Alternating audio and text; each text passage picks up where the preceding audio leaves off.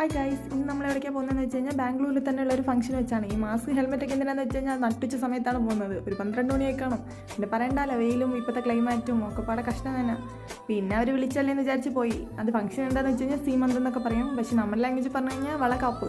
അപ്പോൾ അതിനുവേണ്ടി പോയിരുന്നു. പിന്നെ പറയാമല്ലോ, ബാംഗ്ലൂരിൽ ഇപ്പോഴത്തെ ഫുള്ള് പിങ്ക് കളർ പൂക്കൾ നിറയുണ്ട്.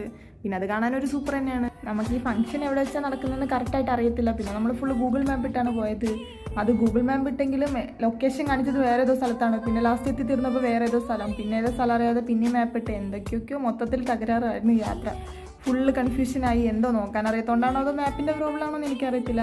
മൊത്തത്തിൽ കറങ്ങി അരമണിക്കൂർ പോകേണ്ട ദൂരത്ത് നമ്മൾ 1 മണിക്കൂർ ഫുള്ള് ബാംഗ്ലൂർ ഫുള്ള് കറങ്ങിയിട്ടാണ് അവിടെ എത്തിയത്. അങ്ങനെ അവിടെ എത്തിയപ്പോഴാണ് കുറച്ച് സമാധാനമായി. ഈ വെയിലത്ത് കൂടെയുള്ള കറക്കം അലച്ചിലും എല്ലാം കൂടെ കഴിഞ്ഞ് പണ്ടാരടങ്ങി അവിടെ എത്തി. ലാസ്റ്റ് തലവേദനയായി, വെയിലുകൊണ്ട് തലവേദന മൊത്തത്തിൽ. അങ്ങനെ ഇങ്ങനൊരു ഫംഗ്ഷൻ ഞാൻ അറ്റൻഡ് ചെയ്യുന്ന ഫസ്റ്റ് ടൈമാണ്. പിന്നെ അതിൻ്റെ ഒരു എക്സൈറ്റ്മെൻറ്റ് ഉണ്ടായിരുന്നേ. അങ്ങനെ അവിടെ ഫംഗ്ഷൻ എല്ലാം ഇത് കഴിഞ്ഞ് അറ്റൻഡ് ചെയ്ത് കഴിഞ്ഞ് നേരെ നമ്മൾ ഫുഡ് കഴിക്കാനാണ് പോയത്. പിന്നെ ഫുഡ് മുഖ്യമാണല്ലോ. പിന്നെ ഫുഡ് കഴിക്കാൻ പോയി. ഫസ്റ്റ് വന്നതെല്ലാം നമ്മൾ ഞെട്ടിച്ചുകൊണ്ട് പായസം, ഗുലാബ് ജാമ്, അങ്ങനെ ഓരോന്നൊക്കെ വന്ന്. പിന്നെ കുറേ പേരറിയാത്ത കുറേ സാധനങ്ങൾ നമുക്ക് നോക്കാം. അങ്ങനെ മധുരമുള്ള ഐറ്റംസാണ് ഫസ്റ്റ് എല്ലാം വന്നത്.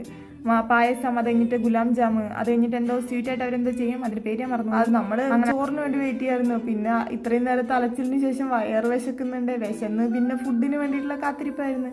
ചോറെപ്പോൾ വരുമെന്ന് നോക്കിയിരിക്കുകയായിരുന്നു.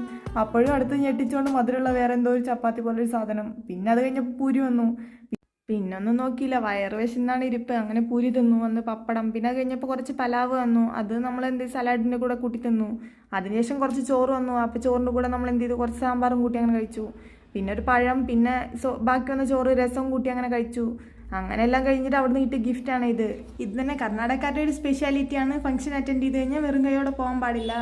അതുകൊണ്ടാണ് അവർ ഗിഫ്റ്റ് തരുന്നത്. അത് ഈ ഫംഗ്ഷൻ എന്നല്ല, എല്ലാ ഫംഗ്ഷനും അങ്ങനെ തന്നെയാണ്. നമ്മൾ അറ്റൻഡ് ചെയ്ത് കഴിഞ്ഞാൽ നമുക്കൊരു ഗിഫ്റ്റ് തരും. അപ്പോൾ ഇന്നത്തേക്ക് ഇത്രയൊക്കെ തന്നെ ഉള്ളൂ. Tata, bye bye. വീഡിയോ ഇഷ്ടമായാൽ സപ്പോർട്ട് ചെയ്ത് സബ്സ്ക്രൈബ് ചെയ്യണേ.